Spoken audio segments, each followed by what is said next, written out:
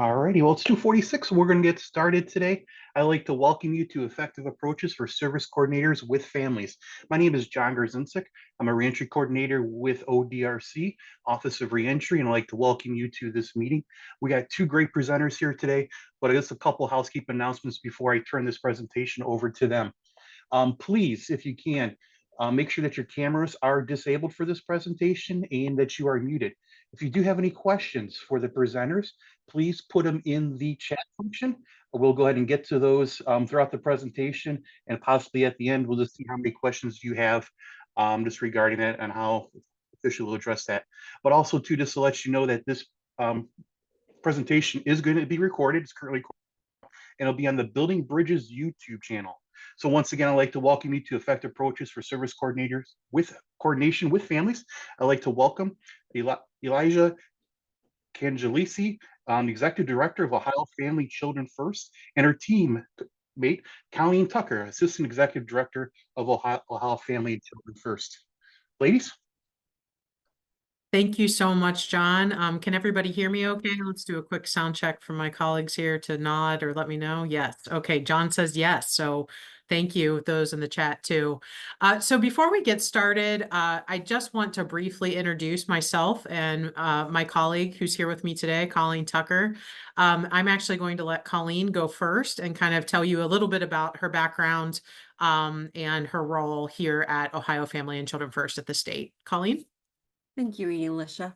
My name is Colleen Tucker, as John and Elisha said, and I'm the Assistant Executive Director of Ohio Family and Children First. And I've actually been with Ohio Family and Children First for the last, almost exactly 3 years now.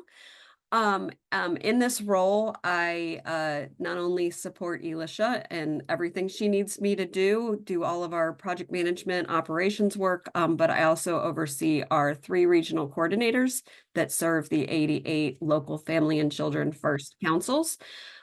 Prior to this role, I wore many hats over the years, but I've been a social worker with Children's Services. I have been a business analyst over our state's child welfare system.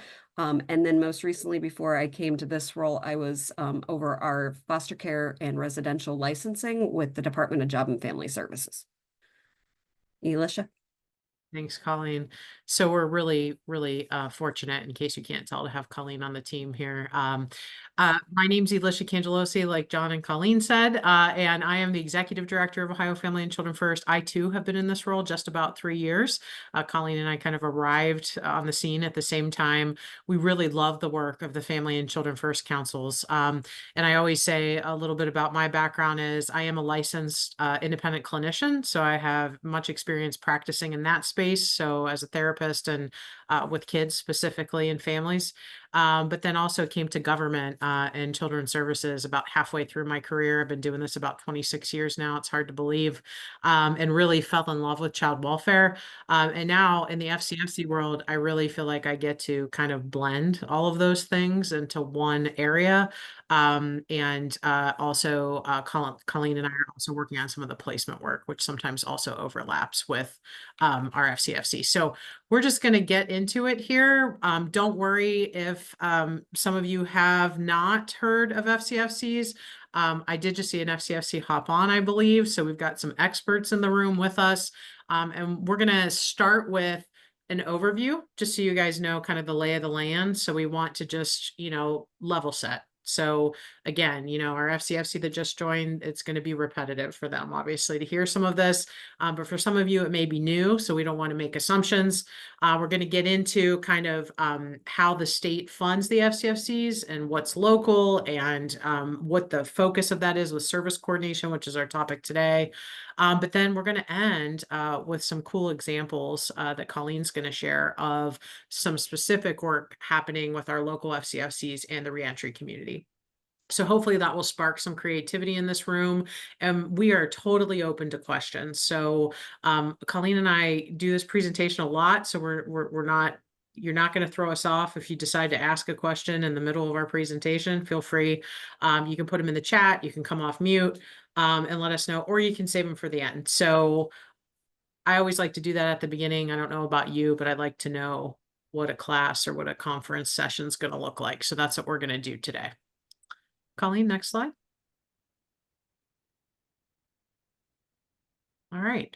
So what is Ohio Family and Children First? So again, we have the OFCF office. You'll hear us refer to that a lot. That's us state folks, okay? And then you'll hear us say the word FCFCs a lot, Family and Children First Councils. That's our local folks. And that's state office and the local FCFCs work together to serve kids and families. And so the state office is really, and you'll see this reflected at the local level too, a partnership of government agencies and community organizations committed to improving the well-being of children and their families. So that's pretty simple, right? We want to make sure that kids and families have what they need to succeed, to be well. And you'll soon learn, if you don't already know, that FCFCs touch pretty much every system, every governmental system or nonprofit system that interacts with that child and family. So it's a very important entity. OFCF started actually in 1991, which to me feels like yesterday, but people tell me now that that's been 30 odd years, and I'm consistently shocked by that, but it's true. And it was really came out of previous legislation. And then we were codified in 1993. So we've been around a while. Next slide.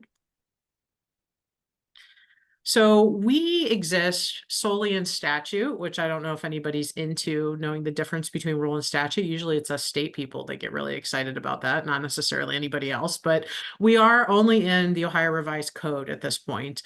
And a bulk of our statute is in ORC 121.37. If you're not familiar with statute, you can literally put in Google Ohio Revised Code 121.37, and you can pull up all of our statute. It actually continues on past that for a few sections, but if you really wanted to kind of study the meat of what we do and what the local FCFCs do, that's what you can literally Google that and find all the information you need there. And so it's a long section. So to kind of summarize, this FCFCs were really created because we had an issue, and the issue was we have a child and a family, or children and family. And again, family can be defined however a family defines family, right? So we're not just talking about blood, we're talking about kin, we're talking about grandparents, we're talking about the people that familial entity defined as their family. We had families that their children were having multi-system needs. So that means, right, that they're needing something in school and they're needing something in mental health, maybe. And so we all know, and I'm probably preaching to the choir here for most of you that do this work, but we all know that once a child in a family becomes involved in multiple, especially government systems, despite our best efforts, a lot of the time it gets very complex very quickly. And can become pretty burdensome for the family. And so that's why FCFCs were created. They really bring, and Colleen's going to talk about this after I'm done, but they bring all these great partners to the table, and it streamlines everything so that that child and family don't have to worry about what the next steps are with any of those partners. And it's kind of bringing everybody together. So that's really also the heart of service coordination in general. Next slide. These are our core functions and responsibilities, and I'm going to spend a moment kind of going through these one by one, and Colleen may come off mute here and join me in talking some about these things if I forget anything at all.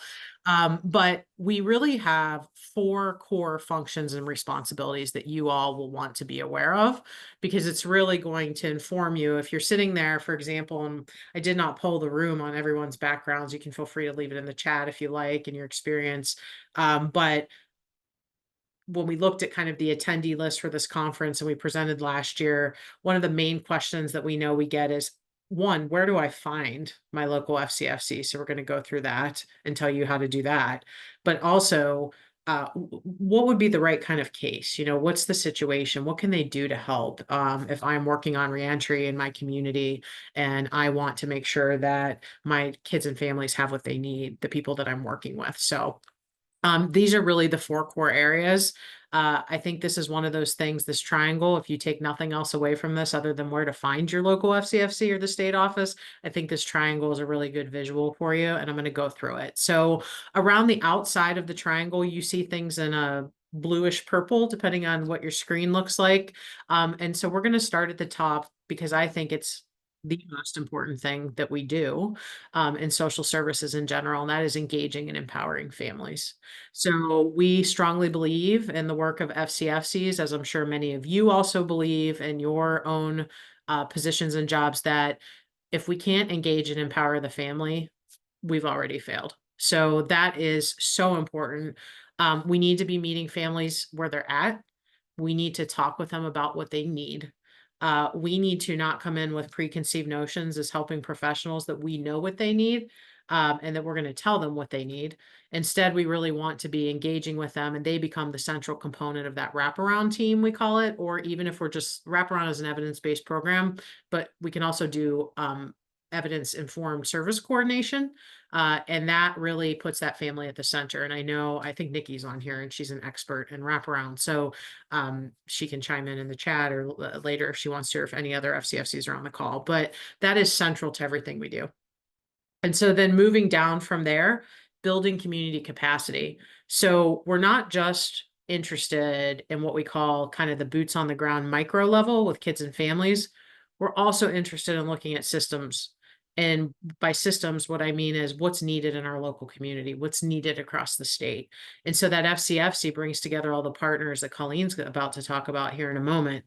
And that's how we're able to talk about building community capacity. I'm sure all of you are from different parts of the state. And we all know that in different parts of the state, we have different resources. We do not have equity across the state and all the forms of equity that there are. And that includes resource allocation. So really, what does that look like for the local community? How can the state help support that? So that's that building community capacity. And then if we go to the right of the triangle, coordinating systems and services, well, that's why you're all here today, to hear about effective service coordination, which we've already started talking a little bit about. But really, when you start to bring all these partners together, it's very important that you have a facilitator and someone who understands the importance of that community, the importance of all the players, and has relationships. Relationships are key. I'm sure all of you would agree, and how we navigate some of these scenarios with families. And it is those relationships that get things done a lot of the time. So really being able to coordinate those systems and services together. And then you might be saying, Elisha, why is the middle of the triangle red when everything else is this bluish purple? Well, because you can't really have shared accountability where you're bringing all these people together and everybody owns a piece of this situation and pie and everybody's invested in a family. We oftentimes say this isn't children's services kid. This isn't a DRC family. This isn't a DYS aging. Like we could go down the list, right, of all the different systems our kids are and families are involved with. This is our kid and family. And by our kid and family, I mean all of us on this call. Our kids and families don't just belong to one system. And so that's that shared accountability. And it's the hub, it's the pinnacle of when we do all the other things around the triangle that brings it all together. Colleen, did I miss anything or anything you want to add? No, I don't think you missed anything. All right. So that is really the heart and soul at a very high level of what FCFCs are responsible for. And I believe I'm going to pass it off to Colleen next. Yes. So when we talk about the more at the micro level, working directly with families, but with youth and families, a lot of times we get questions about, well, what youth and families do you work with? So when our local family and children first councils look at eligibility, what they are looking at is any youth 0 to 21 years old that has multi-system needs. And I always emphasize the needs because a lot of times people are like, oh, well, that means that they're linked with at least 2 systems. When we say multi-system, we say at least 2 or more systems, but it doesn't necessarily mean that they're linked with those. It means that there's been an identified need. For example, if I've got a youth who is has identified mental health need and maybe is linked with a counselor, but then through the work with the counselor, there's been an identified need with school. Maybe they need to be assessed for an IEP or a 504, or maybe there's some truancy issues, anything like that. That is a multi-system need, even though that youth and family might not actually be linked with specialized supports with the school yet. And so any youth that come to the attention of the local Family and Children First Council that have at least two needs, and we always say education is a need or a system.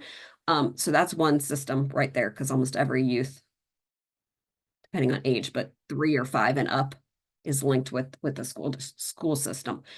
And then those youth can be referred from any systems. So it can be a self-referral from the family. We always encourage those, as well as any referral from any local system that has communicated with the family and said, hey, we'd like to refer you to the local Family and Children First.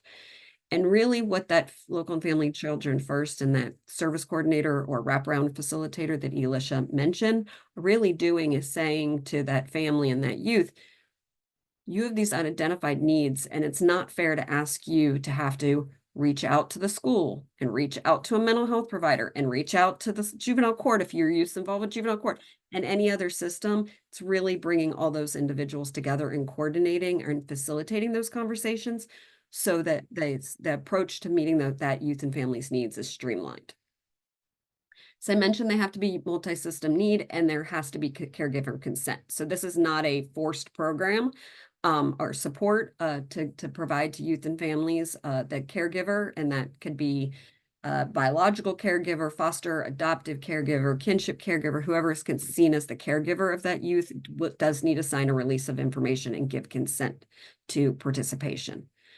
The other piece here that we have here is can be eligible. So I know you guys may have heard of Ohio Rise, which is administrated by the Ohio Department of Mental Health, the Ohio Department of Medicaid. And many of the youth that are involved and enrolled in Ohio Rise are served through care coordination with their CME, their local care management entity, CME for short. We also do have FCFCs that the family has voice and choice, so has a choice. And if they say we would like the local Family and Children First Council to still provide service coordination or wraparound, even though our youth is enrolled in Ohio Rise, many of our local FCFCs are able to provide that as well, and have continued to provide that coordination for those families. The only caveat there is if the youth is enrolled in Ohio Rise via the 1915C waiver, which is a very specific waiver for very specific youth that are not Medicaid eligible, then the care management entity within that area does have to provide care coordination due to the Medicaid and the federal requirements. Elisha, do you want to add anything to that? No, I think you did a great job. I do think, as we're here to talk about families reentering, during this whole bringing together of all of us, I think for those who are participating on this call, thinking about how your local FCFC might be able to connect. And again, we're going to get into some examples of that, but how we can help each other. So, a lot of your reentry coalitions are very active. Maybe we aren't connected to the local FCFC. We've really been doing a lot of work at the state level to get connected with DRC as one of our cabinet agencies. So just, thinking about what does that look like? Because we often know that our adults, we obviously can have juveniles bound over as adults and serving time in DRC as well. But more often than not, right, we're talking about the caregiver reentering the family system. And, those kids' lives, as we all know, right, you guys know very well, have kind of been happening, right? And this adult is re-entering that family. And so how can the FCFC help in those situations potentially? So just kind of something to chew on as we go through the rest of these slides. I have a quick question before we leave this slide. Mm-hmm. If we're talking about an adult, 19 years old, do you still have to get the caregiver consent, mom and dad, or is that somebody that the 19-year-old can just go ahead and ask for the services that's provided? I would say Ela should definitely chime in, but I would say that in most cases, the only 18 to 21-year-olds they're serving are youth that meet like either a developmental disability, and so they're still under their caregiver's care or kind of guardianship. I can't, Elish, unless you can, I can't think of anywhere a youth is like independent and then is reaching out directly I can't think of an example, but I mean, certainly, John, I feel like it could happen. You know, if you have a 19-year-old who has children, because remember, it would depend on what they're calling for. It's family and children first, right? So we're opening a case usually in our system based on the child, even though we're serving the family. So it's like that 19-year-old, if they had a child and they needed help, like certainly if they're independent and they're an adult, you know, that could be the case. I can't think of any examples of someone that young right off the top of my head. But I know Aaron, I said Nikki, but Erin's on. If she has any, she can obviously without names, drop them in the chat, or come off mute. But I think it would depend, John, on the situation, like Colleen said, of what's happening. Is it for that child who might still be in the custody of somebody or receiving system services like DODD, or is it a parent who's a young parent? So yeah, it's a great question. The other thing I would mention is, so these requirements are specific to the funding and support that the state, Ohio Family and Children First State Office and our cabinet agencies, which I'll get into in the next slide, provide. But I also know many of our local Family and Children First councils provide additional programming and support throughout the county. And so their eligibility requirements for some of their other programs may be a little different than this.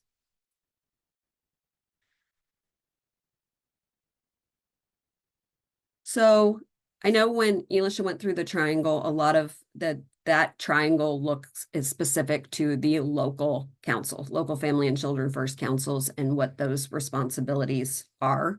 But we also recognize that the local family and children first councils and all of the local systems, including all of the public and nonprofit and private programming that's going on within counties, can't work effectively if at the state level, all of our cabinet agencies that are required to provide support and funding don't also work effectively together. So the individuals that drafted and codified our Ohio Revised Code back in 1993 were really forward thinking when they said, okay, if at the local level, we're going to require all these entities to come together, at the state level, we need to do that as well. So part of what is in statute is that these 11, it used to be 10, it's now 11, state agencies are part of our cabinet council and come together regularly to discuss the needs of the local communities, funding opportunities, service and support gaps that have been identified, especially in certain regions of the state. I won't read through all of them, but I just want to highlight that a couple things that tend to stand out to people. Majority of these cabinet agencies are what we would consider child serving cabinet agencies: education and workforce, health, job and family services. But what you'll see here is that we also have aging and rehabilitation and corrections, because those cabinet agencies, though their primary population tends to be adults, we know that in the aging community, many of our aging adults are serving and caregiving for youth. And so they have needs also in order to support their families, as well as we've talked about with the Department of Rehab and Corrections. Families aren't an isolated thing that when someone ends up in a correctional facility, their family just disappears. And so what services and supports can we continue to provide to those families, as well as all of you guys know, when those individuals are reentering in the community, what service supports do those families need as well to be successful? And so all of these entities come together. The one I also want to highlight is all of them are also our funders. So our Ohio Family and Children First we do not have a state allocation. We do not have something in the budget that says the office gets X amount of dollars. All of these cabinet agencies have to come together and provide funding to support the work that we do, except the Office of Budget and Management. They're at the table because their input is extremely important, but they don't have a specific funding requirement. So, Elisha, go ahead. I was just going to add, you know, when you think about the way our funding's structured too, it's because the belief was all those years ago when we talked about when we were codified, that again, these kids and families belong to all of us. And so it's really important, though sometimes it can be stressful, right? getting all the parties together, and we have to be good stewards of their dollars, which is awesome, and show them all the things that our local FCFCs do as well as what we do at the state level. But it's skin in the game, right? I mean, in very layman's terms, when you have all of these state level partners coming together, and then you're going to see at the local level, it matters because they now have an investment literally in the work that we're producing for kids and families across the state. So I just wanted to add that piece. Thanks, Colleen. Perfect transition. So at the state level, these entities come together, and then at the local level, at minimum, statute requires that these individuals come together. And as you see, it's representation from many of the public local systems that you're probably very familiar with. A couple call outs right here on this list, and as I said, I won't read it all to you. At least 3 parents not employed by an agency on the council are required. So as the local council is coming together and figuring out and addressing barriers to service and support, figuring out how best to meet the needs of families, who best to be in that conversation, but parents and caregivers who have, in most cases, received services from that council and in the past. And so there are 3 parents that are not employed that are required. Also, you'll see that a DYS representative is required, and that is because we know that a number of our youth who have been committed over through DYS are then returning back to the community, and what do those conversations look like, and how do we serve those youth best?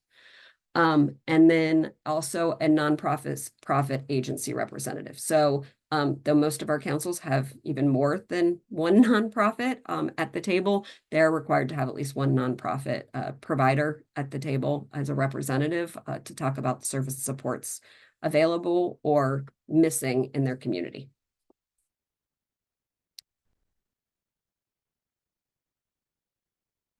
And Elisha, handing it back to you. All right, thanks, Colleen. So we really we talk about these areas that we focus on, and we've been talking about kind of the history and how we got here. But we really think it's important to talk about what our office is working on. Now, we're not going to get into the weeds in this presentation and all the details of all the things that we're working on. But again, we want you to kind of see how the state and the local entities are coming together to make sure that we're serving kids and families in the best way possible.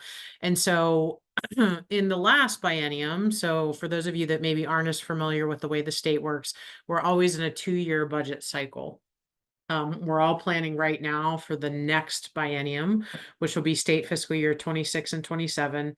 And I know that's not at all confusing because you're like, Elisha, we're in calendar year 24. Well, we're really in state fiscal year 25. It's a whole thing. Before I came to the state and government work, I was very confused by it. So don't be shy. If you're confused, we'll try and help you figure it out. But we're constantly in this 2-year cycle. And in that 2-year cycle, we ask for certain things to be funded. And this includes our DRC partners that are on the line, as well as other state agencies. And we not only need money for things that we do at the state level, but we need money for things that folks are doing at the local level. So we worked, when Colleen and I first came into this position about 3 years ago, we were really looking to kind of get back to basics with our FCFCs, build a baseline. So that was in 22, 23. I almost got it wrong. And now we're more than halfway over with this biennium. We're getting closer to the end of state fiscal year 25 at this point. And these are the things that we've been focusing on. So the number one area is data and outcomes. And I say this, again, Erin's on, so she gets to hear me say it. Her colleagues get to hear me say it. Colleen gets to hear me say it around the clock. And she also speaks this. Data and outcomes is kind of a scary word for folks. When people hear data and outcomes, I think the fear, and this is coming from a social worker, so hear me when I say this, that this is near and dear to my heart. But I think the fear is that we're not talking about people anymore. We're just talking about numbers. But in reality, we have to be measuring data and outcomes if we want to do right by those people that we're representing. Director Wente was in a meeting I was just in a few minutes ago, and she's like, you get what you measure. And it's true.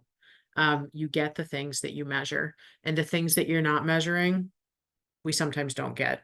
And so it's not just about the numbers for us. It's about the stories of our kids and families, but we have to have both. And so under Colleen's leadership over the last 3 years and the rest of the state team, and then with the very diligent help and participation from our counties, from our local FCFCs, we're really proud to say that we built, stood up, and implemented and are actively using a data system now. So we now are starting to be able to tell people things about, now at an aggregate level, of course, because we're not violating people's confidentiality without the proper releases, but um, we are able to tell people about certain populations of kids that we're serving, what services they're getting. They all have to have a plan of care in the system. So we can see all of that now. And the other great part is the local FCFCs can now hit a button and run a report.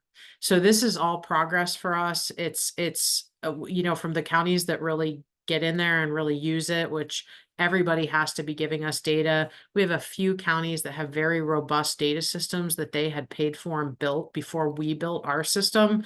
And so from those counties, we expect the exact same data. It's just not in our electronic system, but all 88 counties have to give us these same data points.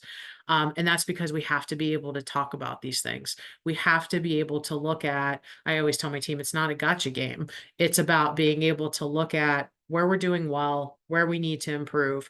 I often use the example in my lifetime, I've had some medical things happen. I'm sure there's lots of people on this call. We've all had medical things happen to us of some severity. Would it be acceptable to go to your physician's office and you ask them, how effective is this medicine or this treatment that you're about to give me? And they say, yeah, I really don't know. You're not going to be okay with that answer. You shouldn't be. And we shouldn't be in social services either. We need to make sure we're doing what works for our kids and families. And so we've been working really hard on that. I often say it's the crown jewel because it's so important for everything else that we're trying to get accomplished. Um, right up there with that is the next thing on the list, which is amplifying youth and family voice. I talked some about that at the beginning when I was going over the triangle. If we aren't hearing what kids and families have to say, and if we can't open our ears to hear feedback, both good and bad, what are we really doing? It's hard sometimes.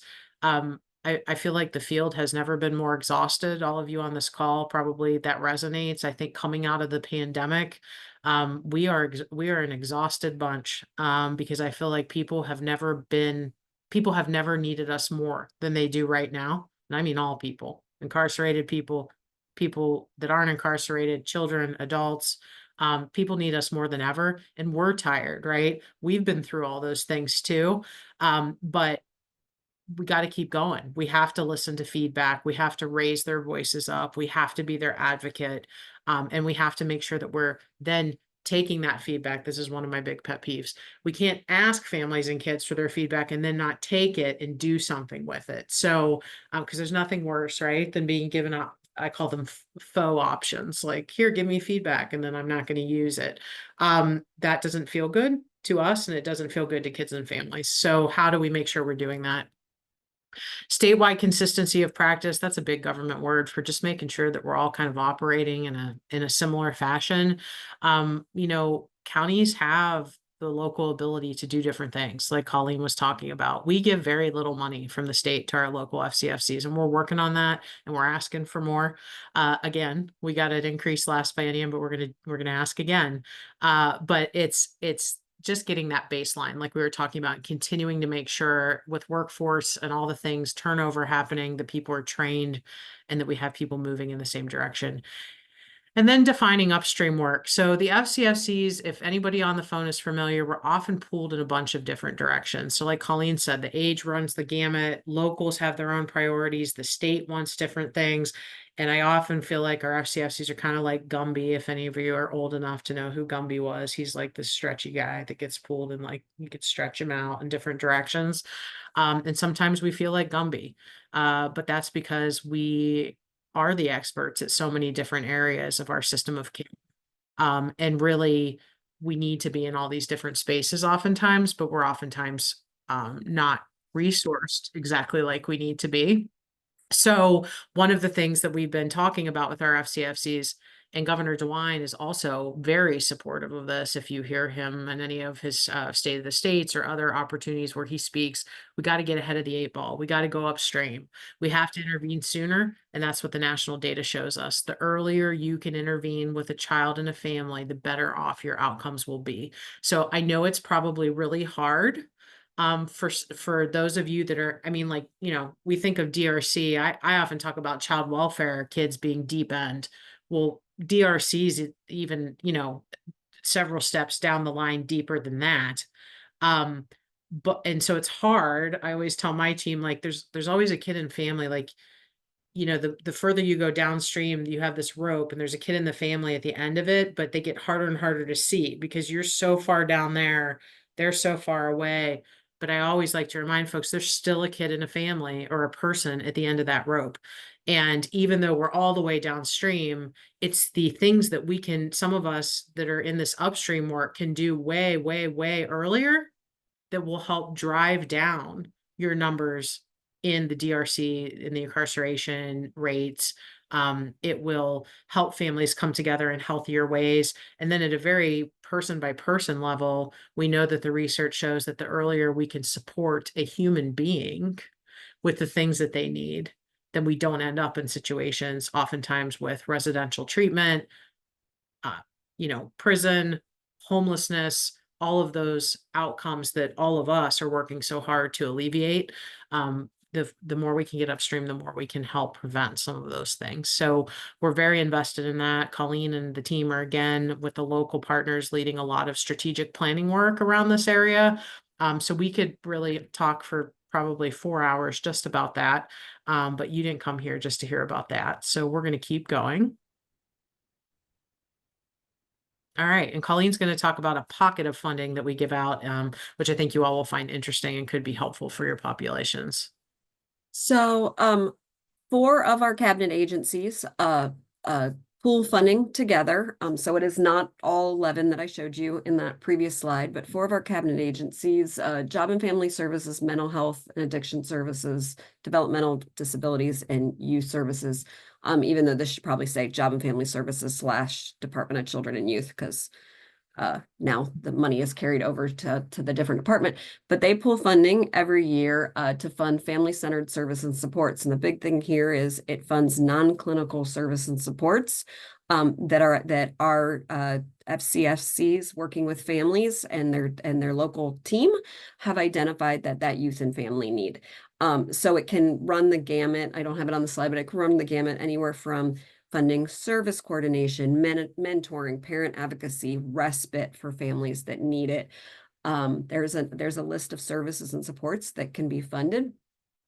And I just wanted to provide a little data on our state fiscal year 24 data, hot off the presses. We're finalizing our report. But these funds are a combination of federal Title IV-B dollars and state general revenue funds. So we do have a little bit of flexibility with the non-clinical service support, but of course there are some federal guidelines because about 75% of our funds are federal. In state fiscal 24, about $3.2 million were spent all across all 88 counties. So each of our 88 counties get a percentage of the available funds based on an algorithm that was actually from many years ago based on their county population. We're in discussions about looking at changing that algorithm in the future. Nothing's definitive at this point though, so don't want anyone worrying on here. But in 24, $3.2 million was spent across all of the 88 counties to serve 2,444 youth. And of those youth, 47% of those youth are between the ages of 13 to 17. So as Elisha said, you know, we definitely are partnering with our local FCFCs and are in support of moving upstream. But our FCFCs have been that entity at the county for so many years in the local community that can meet the needs of not only those younger youth, but also those adolescent youth. that we're still at a point that we're looking at older teenagers that we're serving. Another data point that I didn't mention here, but that we have been measuring for many years, and will continue to measure, is looking at, of the youth and families that are served with these funds, how many of them can stay in the community. So how many of those youth are able to stay in their community, aren't placed out of county, or placed in, you know, residential or in the custody of the Children's Services or the 4E court or DYS. In 24, state fiscal 24, 88% of our youth that were served with this 3.2 million were able to remain in their community. And I'm going to move us along because I know that we're cutting into our time. So as Elisha mentioned, we did want to talk to you guys, spend some time today talking about how some of our FCFCs have been able to partner with local reentry organizations, because it's kind of us coming to talk to you guys. You know, obviously we want to make you make sure you're familiar with your local FCFCs, but then start thinking creatively of ways that we can partner, that our FCFCs can partner with reentry coalitions.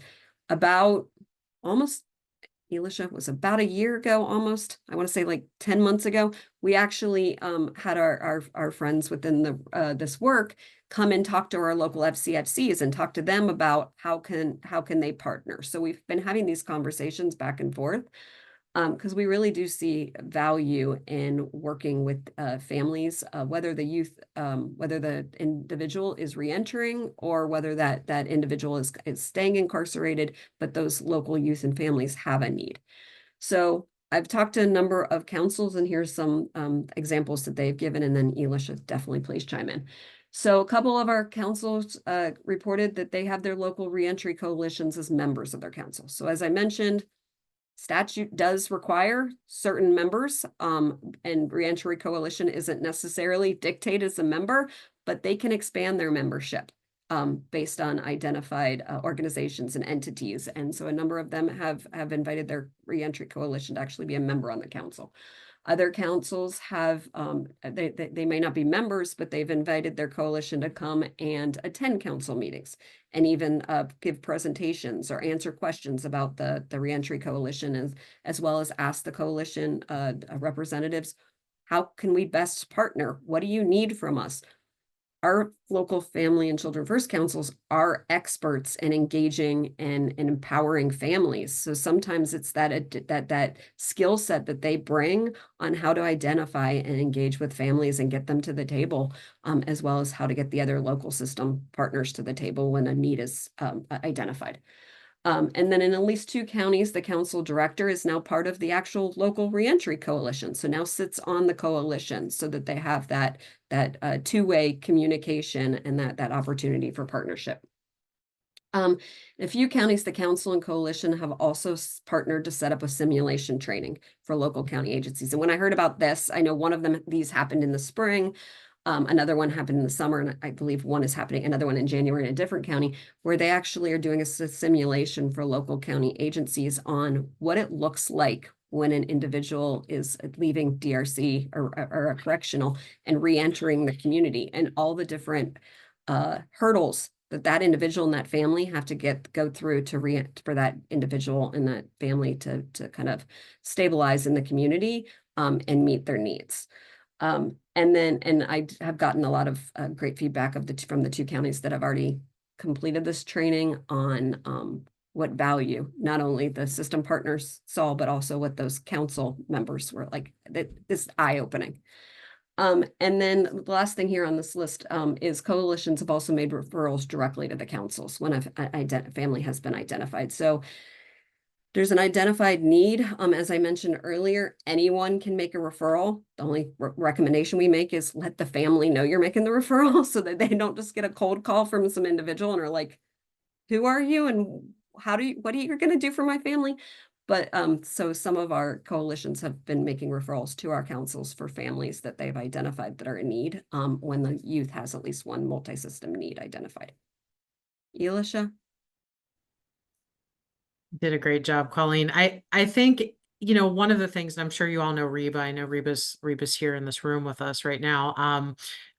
one of the things we talked about when we started getting the FCFCs and DRC and all in community together was we're FCFCs and sometimes the reentry stuff is not as well funded as maybe some other things out there that get more dollars. But we know how important those two things are, right?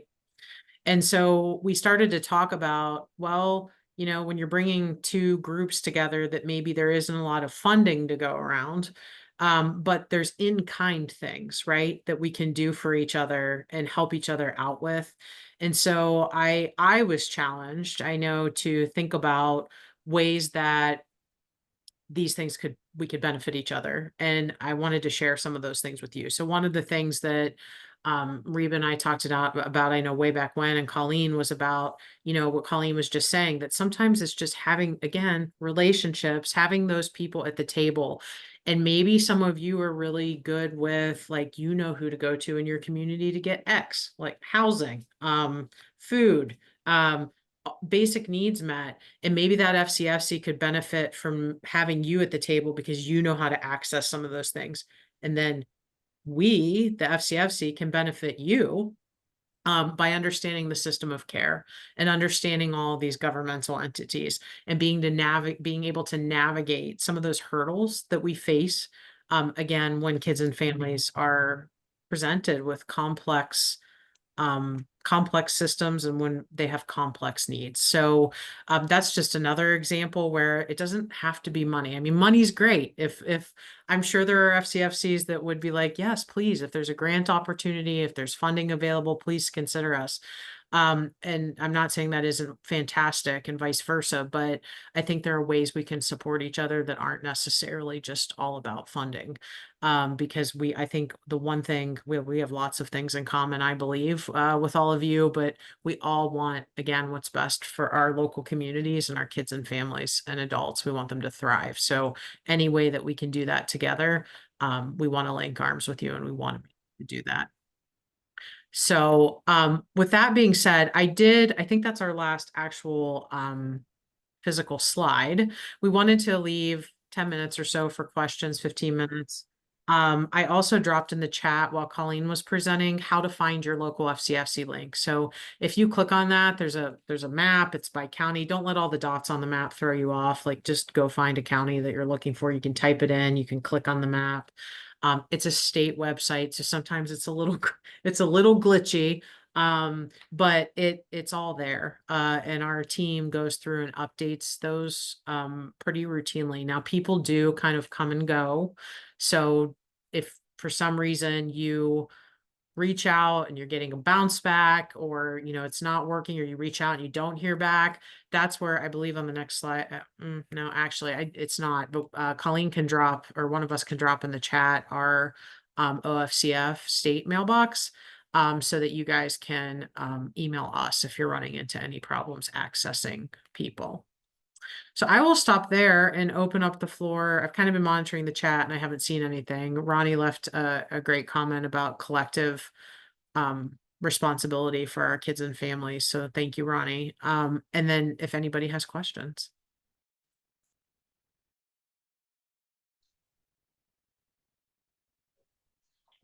I'll fill in the void a little bit here. That was a fantastic presentation. I learned a lot because I personally really didn't know a whole bunch until I volunteered to host this, and I looked into your organization, and it's unbelievable that I really did. I'd say I really didn't know a whole bunch about you guys, and I think the coalitions can benefit greatly from getting involved both with FCFCs locally and also getting them involved too as well at the reentry coalitions. You talked about getting out there and obviously making everything aware. Would it be possible to get the FCFCs on relink.org? There is a button on there for family services. We have our local reentry coalitions on there underneath the reentry aspect of it.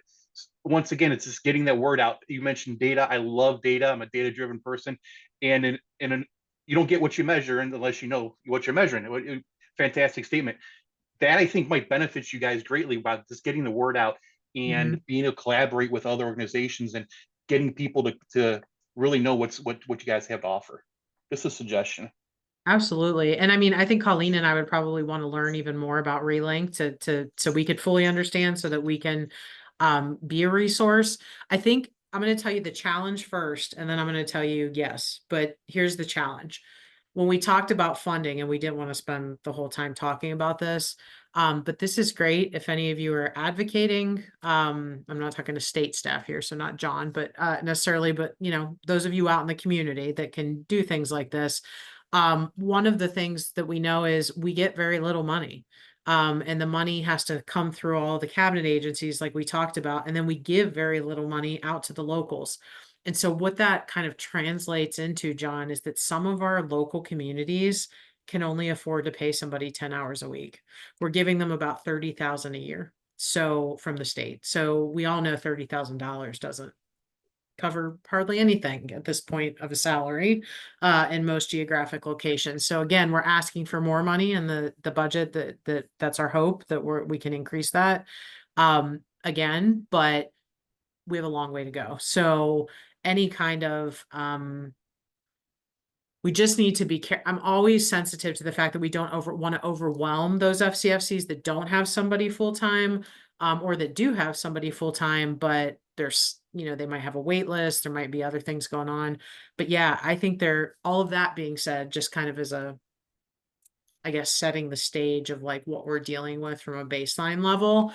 I think, and then there are plenty of FCFCs that have multiple people working for them. They have local dollars coming in and they're this big operation. So I think we should get together probably and talk about what that would look like and who might be clicking and how that can be helpful. Because it's amazing to me that it's been 30 some years and there's still people, and I was one of them years and years ago, that don't know the magic that can exist at the table with the FCFCs. And really that system of care work is where all the magic happens. And so that was a very long answer. It's probably not the answer that you were looking for. Colleen, did I miss anything? So I'm just trying to balance, we just have to be careful of not opening the floodgates too far, but then the locals can also control their front door by saying like, yes, we can help, or no, we have a wait list right now. And that. Colleen, anything I missed? Yeah, the only thing I would add is, as we talked about, the local Family and Children First Council provides service coordination wraparound to local families. And so there it's definitely, depending on how many resources, everything Elisha said, resources, local pooled funding available, things like that. Some of them do have wait lists just because they only have so many resources. And so unfortunately, sometimes youth and families have to be on a wait list. But then, as we talked about, they also do that macro work of coordinating services and supports, bringing all the providers together. So after we have that conversation, it might be an opportunity to say, yes, look at Relink, even if they can't meet family's needs at this moment, maybe there's still some partnerships sitting at the table, knowing each other's networks and resources that longer term can be helpful, even if they don't have any staff at that moment to help that specific family. And John, I agree with Colleen. And what I'm really sitting here thinking about is how we build community capacity, right? Like that's how you do it, is by bringing those local partners together to be like, look, we have this need. And then the FCFC can say, well, we don't have what we need to fill that need. What would we need? Like, what are we missing here in our local community? And that's where the magic starts to happen, as people sit around the table and have those conversations to be like, oh, I didn't even know. How can we help meet that? So yeah, I think it's how we push the system forward. So thank you for that question. Others? Did we just put you to sleep? Maybe. Elisha, did you see that Aaron did chime in from Huron and did mention that they have worked with the youth who turned 18 and chooses to continue? They just have them sign a separate consent. But the family may still be involved, but since they're considered an adult, they have them sign a separate consent. So thank you, Aaron, for providing that. Thank you. I always tell Colleen that I used to run a boys group, for those of you that do this work, which is probably all of you. I used to run a boys group in a residential facility, and so I can sit quietly for like 25 minutes if I need to, but I won't do that to you. But Does anybody else have questions? Well, I guess maybe we let everyone go for 5 minutes early. All right. So let me just wrap this up. Thank you very much for the insight regarding what you do, what your organization does, and what's happening at the local community. We really appreciate it. Everyone, hopefully enjoy the rest of your night. I'll finish this off with a dad joke, if you don't mind, real quick. How do you fix a cracked pumpkin? A cracked pumpkin with a Ow. pumpkin patch. Ah. So everyone, have a great day.